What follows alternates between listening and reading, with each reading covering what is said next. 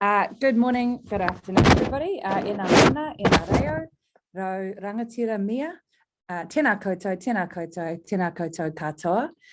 No Scotland o Kutipuna, I whānau mai o e Kimiriti.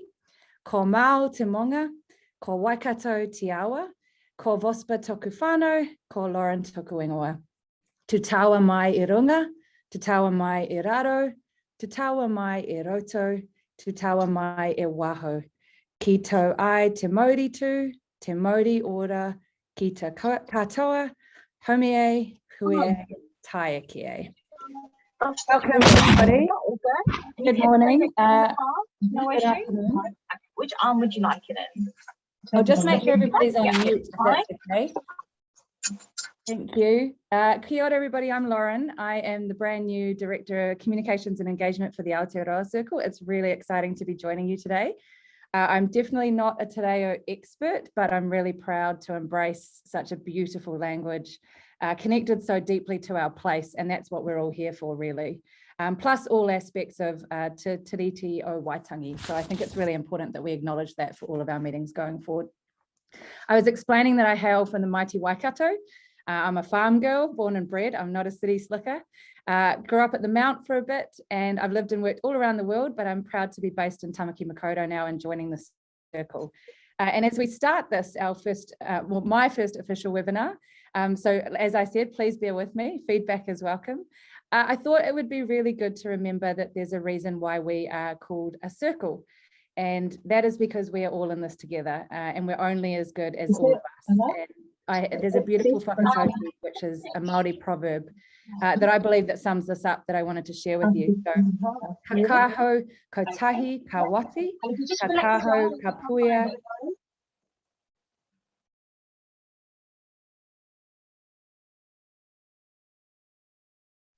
Sorry, I just got muted. Maybe someone didn't like what I was saying. So that, hopefully you heard that whakatauki. I'll just repeat it. Ka kaho, ko tahi, ka whati, ka kaho, ka puia, e kori, e whati. And that means that a single reed is easily broken, but a bundle of reeds cannot be bent. So more important than ever that we're all together. So it's my absolute pleasure to welcome you here today to the Aotearoa Circle web series. Today we're going to do a little bit more of a deep dive into the very first initiative that was implemented by the Circle, which is Toitū Tahua, our Centre for Sustainable Finance. So that centre's purpose is to accelerate progress towards a really sustainable and equitable financial system in Aotearoa.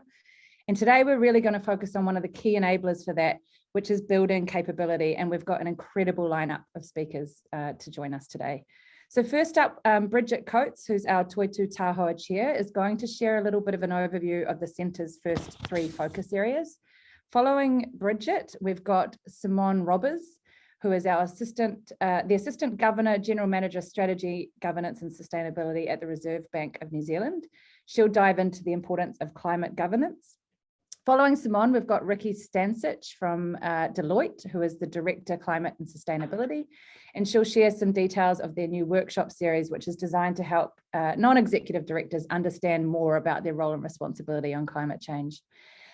There'll then be a little quick 10-minute Q&A session, so please make sure that as people are speaking that you're sharing your questions in the chat as we go. Following on from that, we've got David Tiako with us from Toitu Holdings, who is the Investment Manager of Endowments, and he's going to talk to us about the fundamentals of sustainability. And finally, we've got Pip Best, who is a partner at EY's Climate Change and Sustainability Services, and she will provide an update on their brand new Sustainability Certificate program, which is incredibly exciting. So with that, listen up, enjoy the chat, and please don't forget to ask lots of questions. You'll put me to my test and through my paces to make sure I can keep up with you all. And with that, I welcome you all, and I will hand over to our first speaker, Bridget. Kia ora koutou katoa. Welcome to the seminar, and Lauren, thank you very much for the introduction. We're really proud to share with you today some of the vital work that Toitū Tahua Centre for Sustainable Finance is doing in the capability building area. As I hope you know, the Centre for Sustainable Finance exists to accelerate progress towards a sustainable and equitable financial system in Aotearoa, New Zealand. We currently have 14 projects underway or in planning phase, and we have established committed and highly engaged implementation groups in each one of them. And these groups, of course, steer the progress and help accelerate the work. At the top level, our projects are focused on 3 areas. The first is galvanizing leadership and innovation. The second is changing norms and standards. And the third is building capability, and that's our focus today. These are, of course, totally interlapping and interconnected themes. For example, every time we adjust our norms or standards, there is a capability building aspect to that. And a really good example of this is TCFD, which many of you will be immersed in at the moment. And leadership is critical across every aspect of our engagement. It's changing what's normal and expected from our businesses, and we are evolving our capability and response. So we're not talking about competence or compliance. Our purpose is really transformation of the entire financial system. And we know we can't achieve this without unprecedented levels of collaboration across our public and private sector in this country. And at the widest context, it's worth remembering that we are working within a constantly evolving global financial system. The financial markets are extremely dynamic at the moment, the change is rapid, and the momentum continues to grow. New trends reach us daily from international markets, and we are all under significant pressure to keep up to date with that. And as that change happens, Toitū Tahua will continue to work to accelerate the market response in this country. So today we are really proud to showcase 2 specific projects for you, both in the capability building area, that are being delivered by our partners with and for the centre. Both Pip and Ricky and their broader teams are investing significant time and effort into these projects, and we are very grateful to them and to their respective firms for this work. We're very happy to hand over to both of them today so that you can learn some more about both projects. But before that, Simone and David, who are members of our leadership group alongside Pip, will set the scene for each program. I'll now hand over to Simone. Thank you.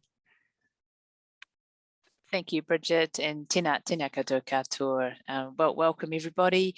So I was asked to speak a little bit about why climate governance, and I'm always conscious in these fora that you're often speaking to the converted, but hopefully from today there will be some gems that you can take away and talk to your organisations, your fellow board members, your fellow execs about.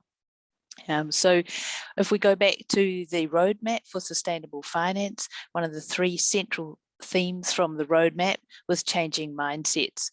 The governance work stream sits firmly under this theme, as we think that strong leadership, capability at a governance level in organisations has the potential to accelerate that shift in mindsets that is needed now.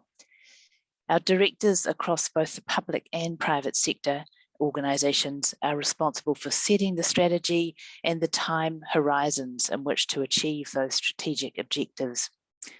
They therefore need to understand as much as they can about the impact of climate change and the corresponding risks and opportunities for their business models.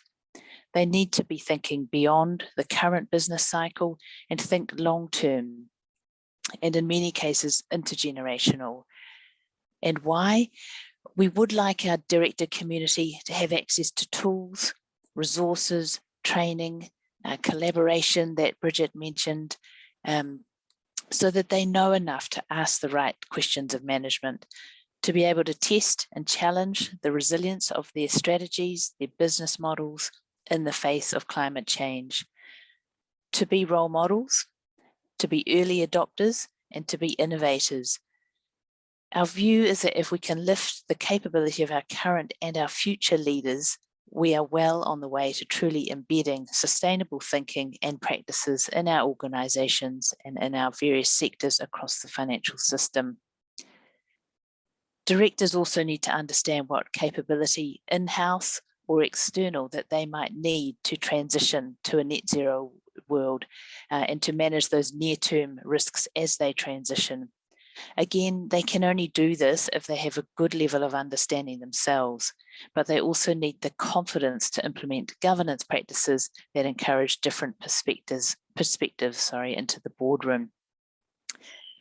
As well as that, our business leaders can show the international investment community that they are ahead of the game through their credible communications, through their reporting, through their disclosures, and through their evolving products and strategies. Our directors need to lead by example and build organisational confidence from the top. So that's really our call to action today. And I know Ricky is going to talk to you a little bit more about the depth and breadth of the climate governance workshops that we have recently piloted and will be running throughout the year. So I'll just hand back to Lauren for Q&A. Thanks, Lauren.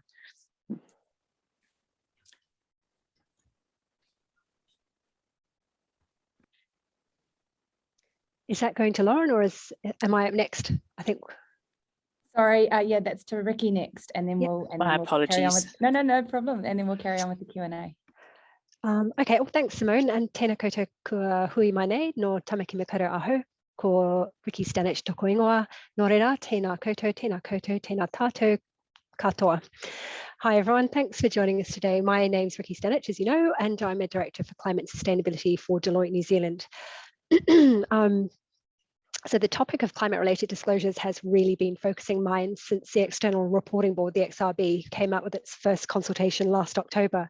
I think roughly 700 were tuned in to the launch of the climate-related disclosure consultation that day. And with April McKenzie's sage words ringing in our ears, something to the effect of, don't wait until the standard comes out to start getting ready. Toitū Tahua and the Governance Implementation Group put their minds to how they might best support the director community to prepare.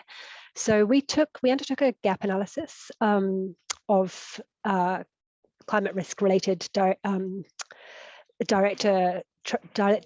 level trainings that were available in the market. We saw that there was nothing really out there that addressed climate risk in the New Zealand context, and also in the context of the proposed New Zealand Climate Standard 1, the NZCS1. So nothing really out there that provided directors with the opportunity to collaborate, share experiences and best practice, and learn. If you just, is the slide showing? I can't see it. I can just, maybe I haven't got my screen set up right, but if you just go to the next slide, please, Bella. So Deloitte has been fortunate to be working closely with the World Economic Forum to develop a series of guides for board chairs to address both ESG and climate risk. Deloitte Global has also been working with the World Economic Forum to promote and share its Climate Governance Initiative, which is a framework that's built around 8 principles, and it provides, I guess it's like a climate risk governance best practice guide for board directors. So with this in mind, we decided to design a workshop series with the intention of extending the international climate risk governance best practice to New Zealand's director community through a really hands-on practical learning experience. If you just flip to the next slide. So this is just a high-level overview of the workshop series. The sessions are designed to be interactive through breakout sessions and with key learnings that are provided in pre-reads and during the workshops, and also giving directors the opportunity to hear from other directors, so hearing their experience, their insight, their learnings around, how they've actually implemented climate risk assessments and so on. So the objective of the workshops is really to arm board directors with the questions that they need to go back and ask both of the board and of the executive management teams of their respective organisations. And really that's to ensure that the organisation is undertaking robust risk assessments, embedding adequate controls and processes to ensure that climate risks and opportunities are appropriately identified and managed to an optimal outcome. If you just flick to the next slide, please. Of course, there is a focus on CRD compliance. I know Bridget noted that this shouldn't be the driver, but the fact is director liabilities do create a bit of an incentive there. And of course, the need for organisations to adequately prepare and shield from climate risk, whether it be climate risk price exposure or, the longer term impacts of climate risk. So as the core, we've designed the core series so that as it progresses, directors will be made aware of the CRD requirements, including the more technical aspects such as record keeping and sign off. Really, the objective is for directors to walk away from each session with a pre-read on the workshop content, the output of the breakout sessions, questions to take back to the board and the management, and a really rounded understanding of CRD requirements as the consultation process unfolds. And the end goal is to ensure that the cohort is CRD ready. I really just want to bring attention to the word cohort. It has been our deliberate intention to create a safe place for sharing and learning. As Simone mentioned, climate risk management, both the mitigation and the adaptation aspects, present new and really uncharted territory for many. Certainly some of the more technical requirements of CRD compliance are generating a lot of questions among directors and executive management. So as much as possible, it's our aim to keep the same group together as they traverse the workshop series so that they can really upskill together and also unpack the challenges collaboratively, and equally to kind of share and learn from each other. If you just go to the next slide, we are partway through piloting the first series of 4 workshops. Each of them follows the same format. So it's a 2.5-hour session with a learning session, 2 breakout sessions, and a director perspective session. And the intention is to kind of deliver them every other month. So I think Bella may have popped a link into the chat for those of you who would like to register your interest in receiving further details about the workshop series. And I think, well, that brings us to the Q&A now. So we'd love to take any questions from the floor.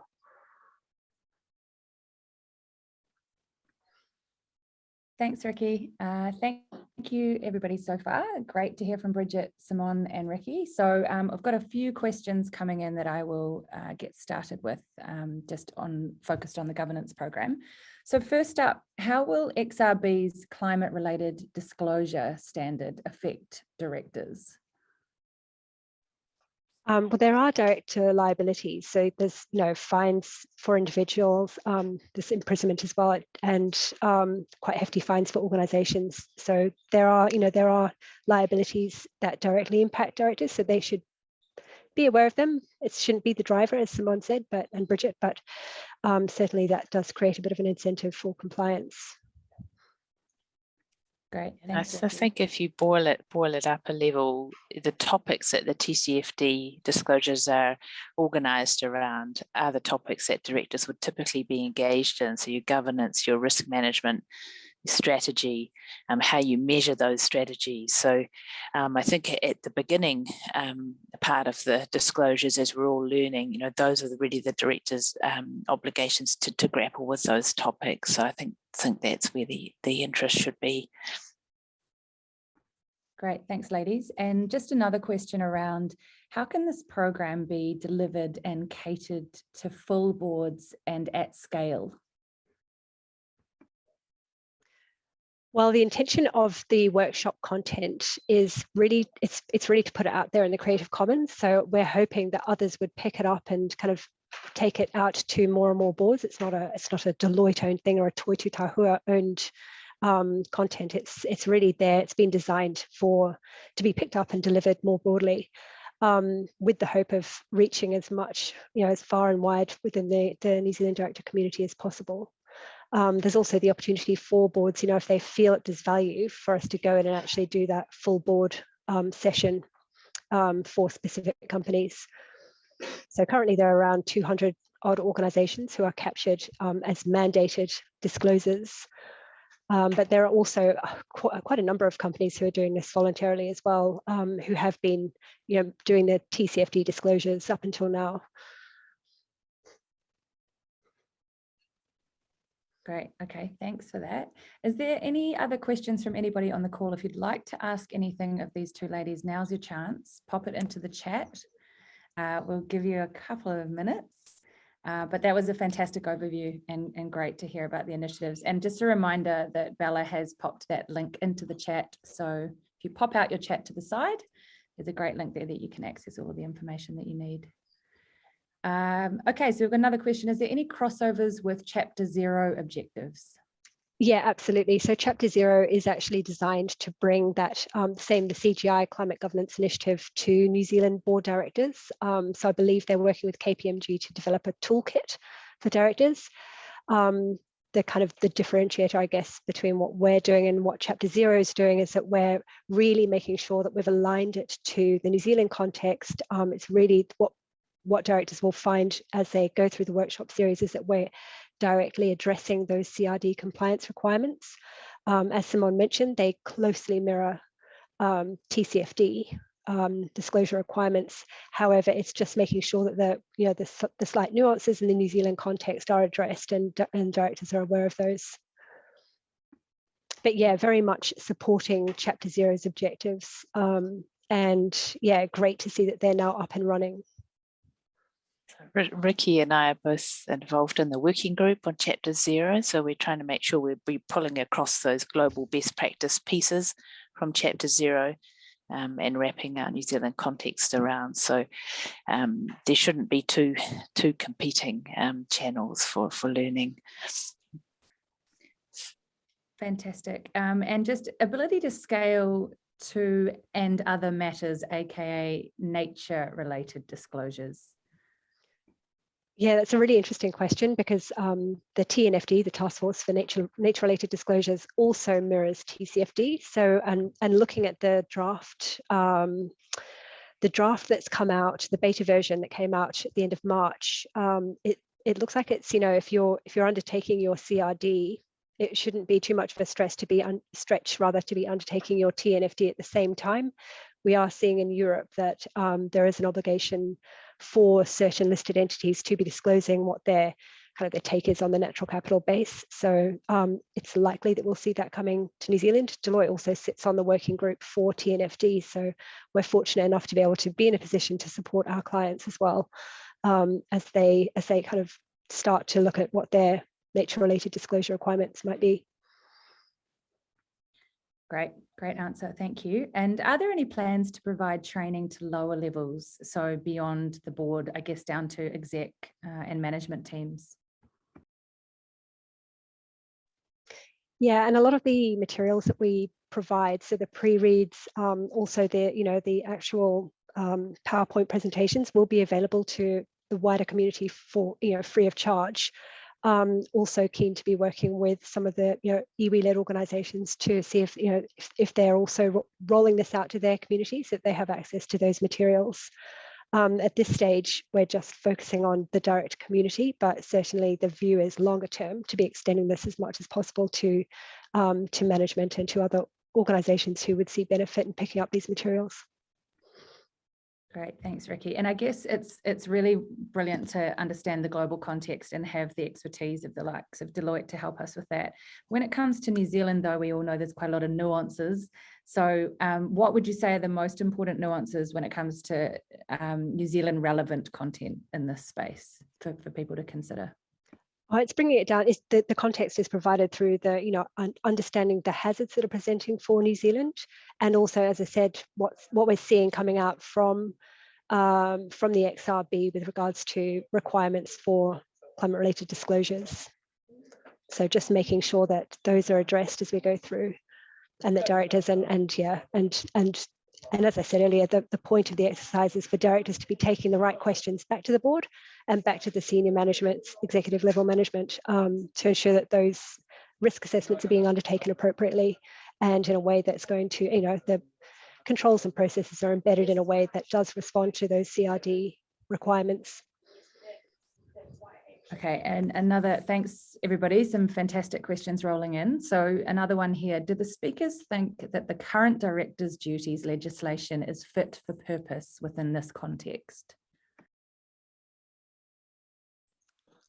Yeah, that's a pretty legalistic question, but look, I think what we've focused on in this course is risk governance and businesses understanding their risks. So certainly, I think the regulatory and legal context is obviously changing, but for us, it's about getting directors to understand the risks within their business and wrapping their climate knowledge around that. So personally, I think we can work within the framework that we have.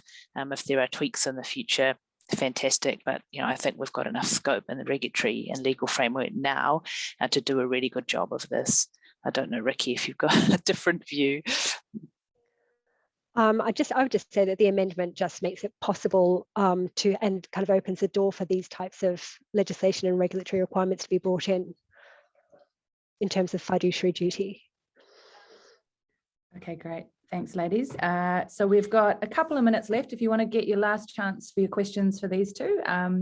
So one more here. Are you planning to put out sector-specific training on both CRD and NRD? So for example, agri, food, energy.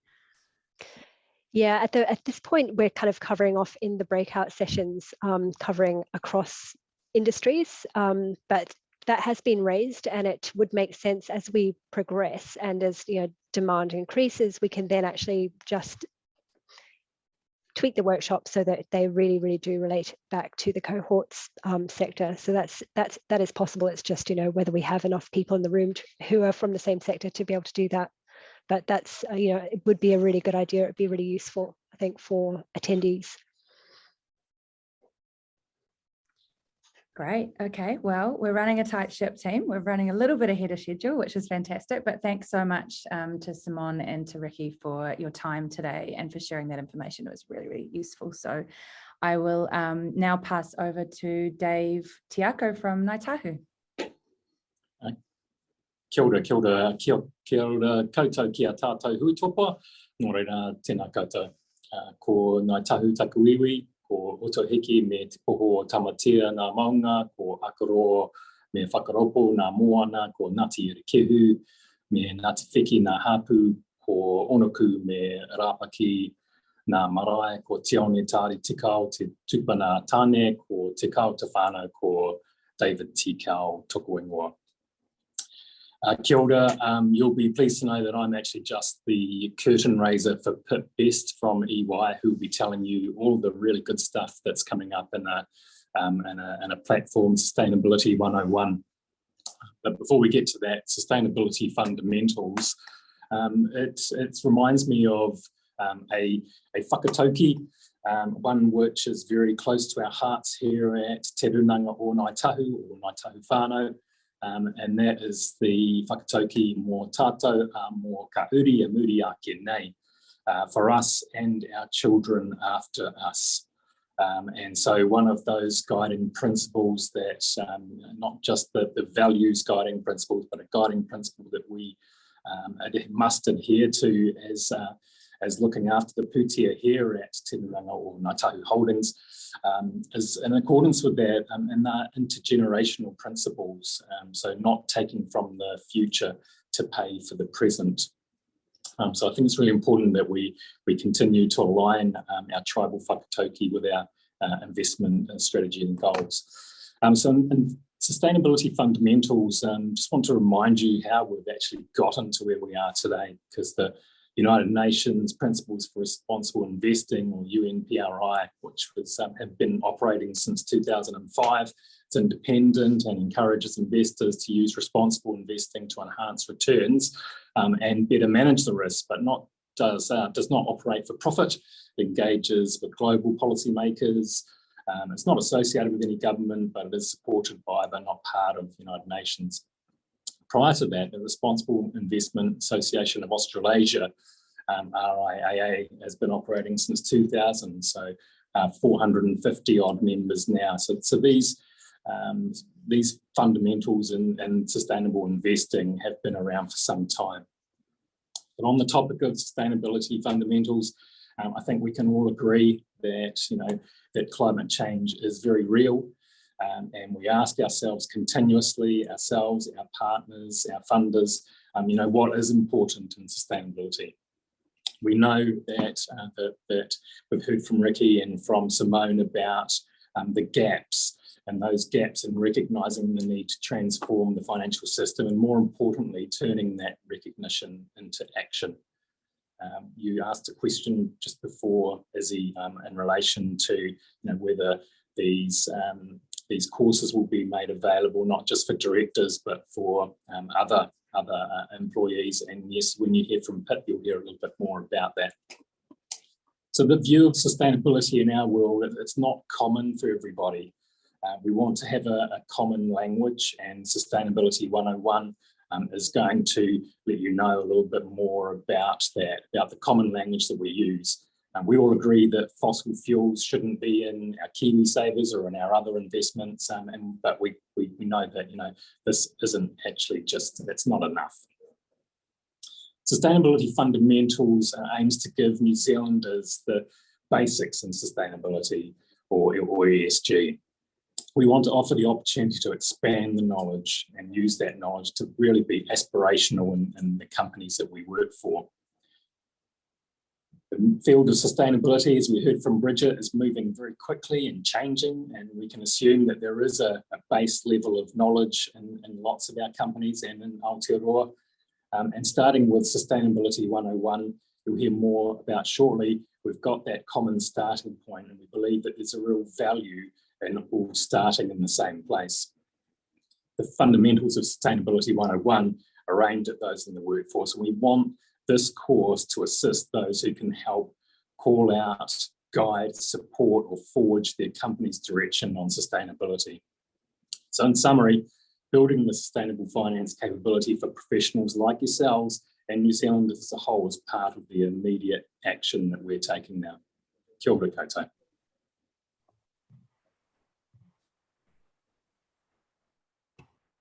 Thanks, David. Tēnā koutou katoa. I'm going to take you through the program that David just described, which is our Sustainable Fundamentals program. I'll just try and share my screen. Just 2 seconds. And if I can, I'll get it on the...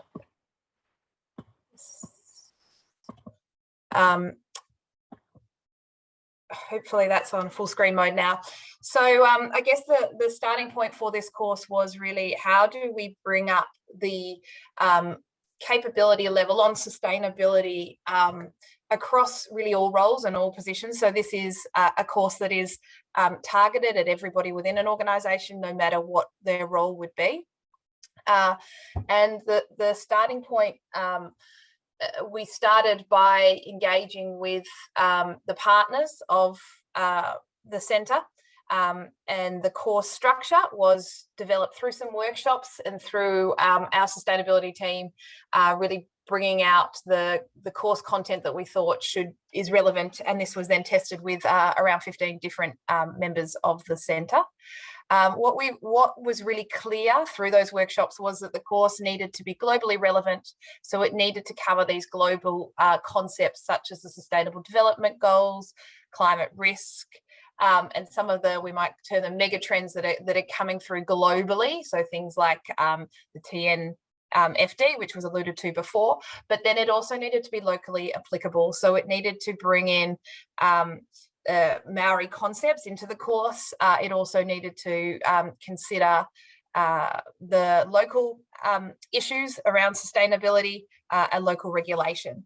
What we also workshopped initially was really the format that would be most useful for organisations, and what came out of that was to be able to do a course in your own time that was reasonably short in terms of its segments, but could then actually lead to something more significant as you did more and more of the short courses, would be a really useful format for organisations. So the course is at the moment 18 hours of what we call stacked topical learnings, but really that is 3-hour courses, and I'll show you the structure in a second, that can then be added to each other to at the moment be 18 hours of topical learning, and you get a certificate or a badge at every stage to recognise the progress. The course is all online again, so it can be done in your own time. We do have a little snippet from the first course to show you that will take about 3 minutes at the end of my speech, so I'll hurry up. But at the end of every hour or every learning concept, there is what we call a micro learning challenge, but really it's how you make the learning practically applicable, and then the course continues on. And it is, as we said, a turnkey solution. So it comes, the platform and everything is developed with this program. And really it is just enrolling for the program and undertaking the courses is really kind of the only user side of the platform that will be seen. So again, this is the course content. I kind of ran through the key points on the left here. We call it Sustainability Academy. It's made up of 6 badges or kind of micro learning topics, and these were developed through these workshops that we ran at the start, and they do cover these sustainability megatrends. So there is an initial course which you'll see on the top right, which is the Sustainability Fundamentals course. So everybody would need to do that as the first learning exercise, and that really does, as David was highlighting, set the fundamentals. It talks about what we're trying to achieve through this is things like common language, common understandings of the big problems, common understanding of the key solutions. After that 3-hour Sustainability Fundamentals course, there are another 5 courses that touch on some of the key issues that again came out of the workshops. So that being sustainable business, which is focused on how to make in the business environment, a business more sustainable. What are the requirements of businesses in terms of sustainability and being a leader in sustainability? And then we have sustainable finance, which touches on really focuses on what we might call the third dimension of finance. So you've got risk return, but you also have the impact of finance. We have the third topic, which is focused around climate change. So we're talking about what decarbonised economies means and what a resilient economy means. The 5th topic is around circular consumers. Its focus is around zero waste or zero non-linear circular systems rather than, I guess, our linear current systems. And that is covered in that 5th course. And then finally, we have food systems of the future, which is focused on the agricultural and food sector and what sustainability means in that sector and specifically. What came through in the workshops was that there were some themes that needed to be incorporated in all those topics.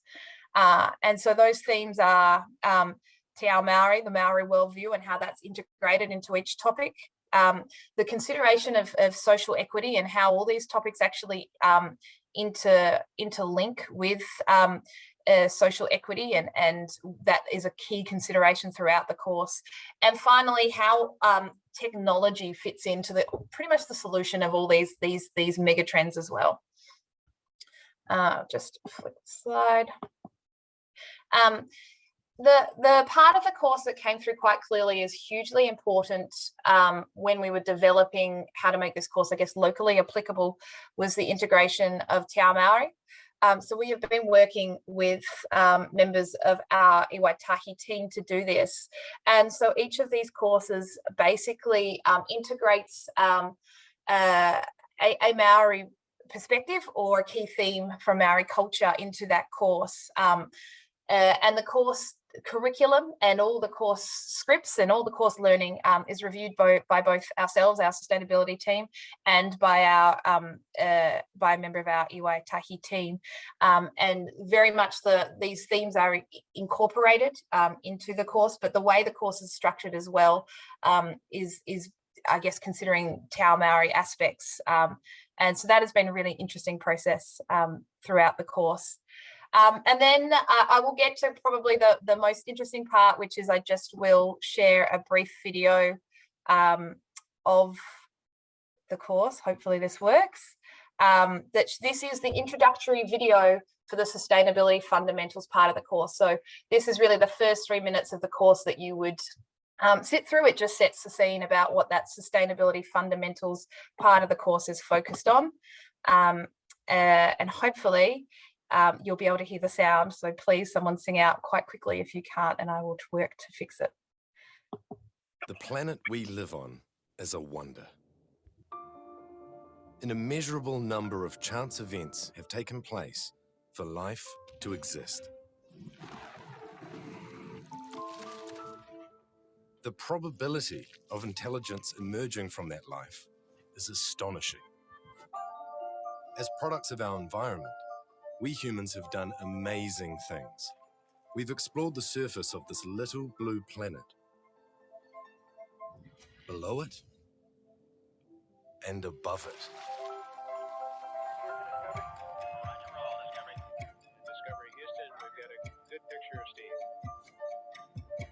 We've created a vast, rich tapestry of culture, tradition,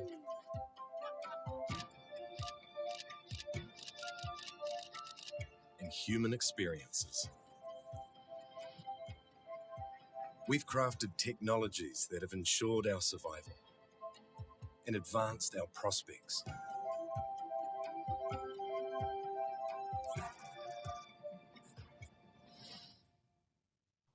But our progress has not come without peril. Our modern approach to business, technology, and the economy is placing unsustainable pressure on our natural resources. Our focus on short-term gains, extracting economic value from people and the environment, has the potential to bankrupt our long-term well-being. The world is now changing at an unprecedented rate. The future and our place in it has never been more uncertain. One way to find the tools to navigate our future is to consider our distant past. Over centuries, we have shown an incredible ability to observe the world around us and forge deep connections with the ecosystems we belong to. Re-exploring these connections is a powerful way to find solutions to our problems of today. Throughout this course, you will discover a new way to think about our world and our economy, to look through a different lens. A lens that shows that the natural world is inextricably linked with human well-being, that one cannot thrive without the other. Together, we can forge a world where both our businesses and the health of the natural environment flourish.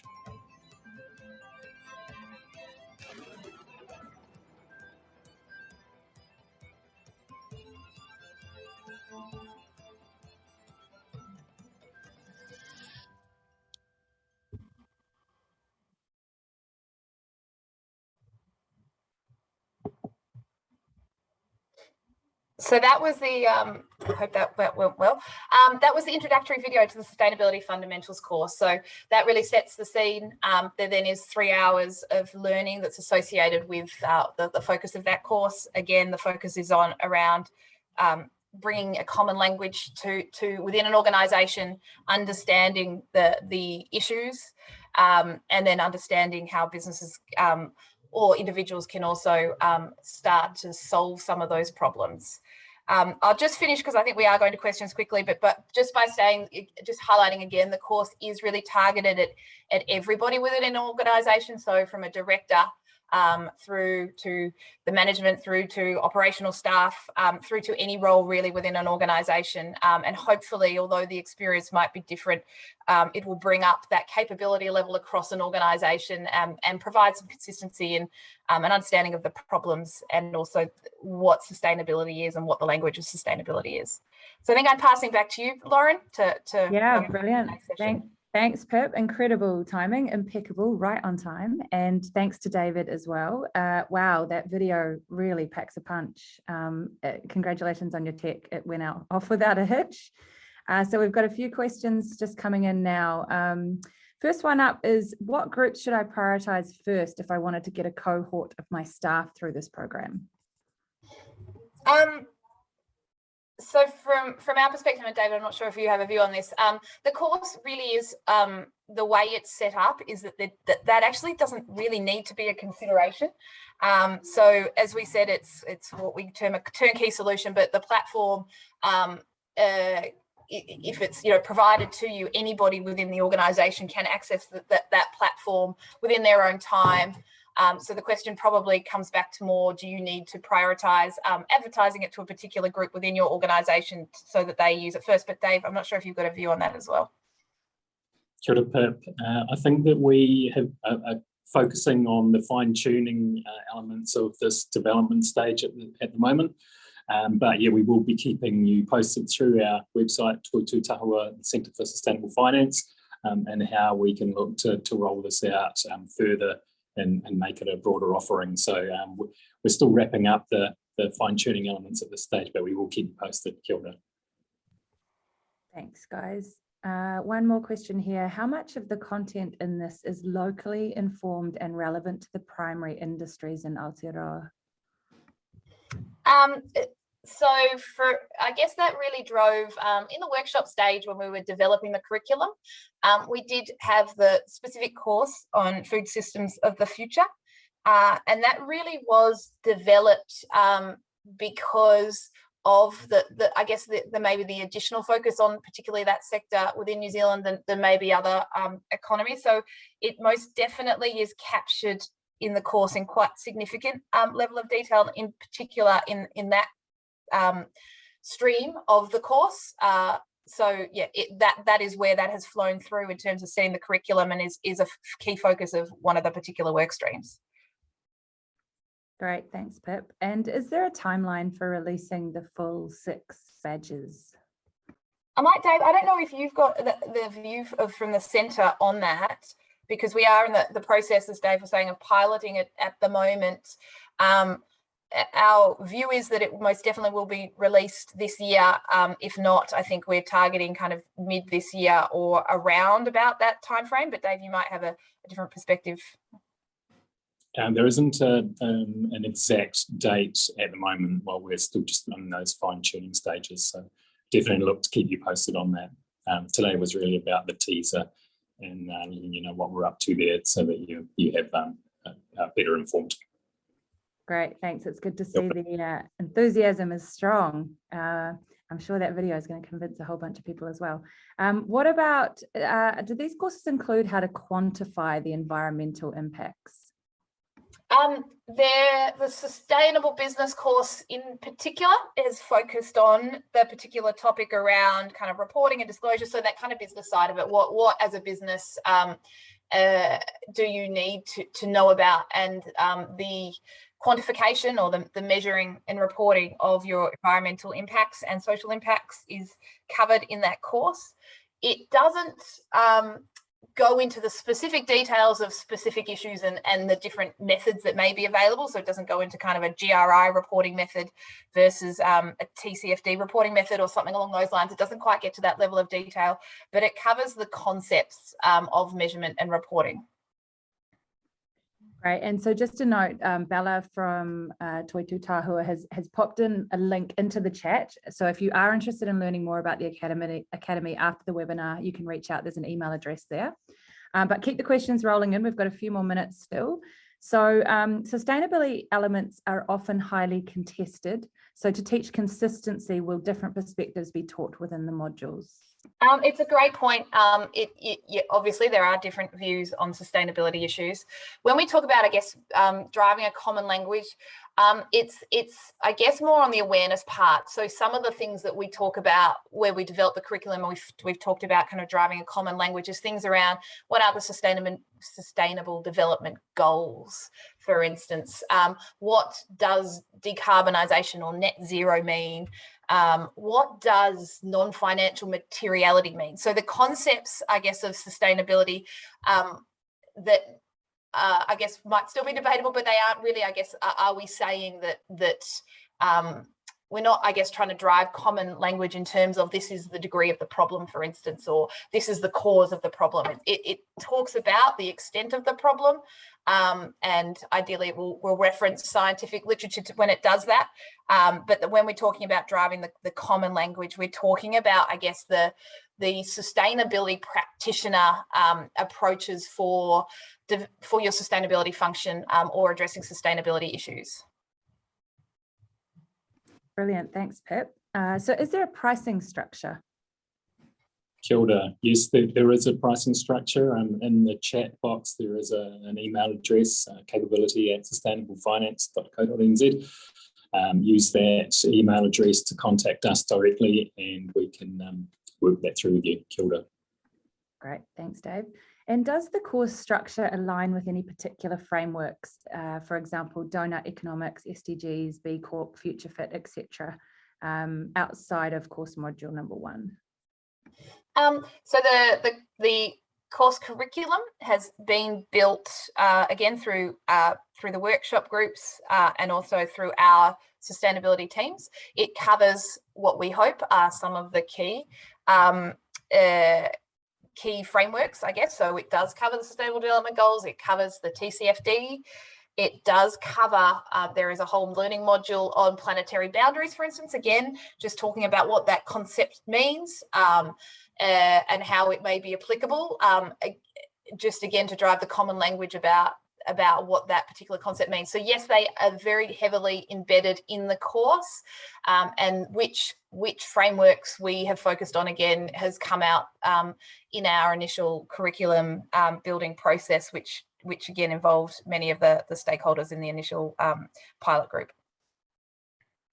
Fantastic. Okay, has anyone got any final questions as we look to wrap up the conversation with Pip and Dave? Last call, if there's anything else anyone would like to know. But again, thank you so much to both of you. Incredible amount of work has gone into this, and as I say, pretty exciting. The video certainly paints a picture of something that's going to be incredibly powerful. So I think we're all done for questions. So thanks to you all again, and I think we will just look to close. So thank you to all of the speakers who've contributed today. If anyone missed my intro at the start, this was officially my first webinar for the Aotearoa Circle. I'm Lauren Vosper. I'm the new Director Comms and Engagement. So it's been really lovely to join you all today. And thank you to all of you who've participated. Thank you for the questions. Thank you for sticking around with us. Incredible engagement today, which is exciting to see. Good for me for my first one. So I will wrap up. We've done really well. We're going to finish on time. I'm going to wrap up with a final karakia. So kia whakairia te tapu, kia wātia ai te ara, kia turuki, whakataha ai, kia turuki, whakataha ai, homie, huie, taiekie. Thank you, everybody. Enjoy the rest of your day. And please do use the email addresses in the chat box if you'd like to get more information. We would love to hear from you. Ka kite.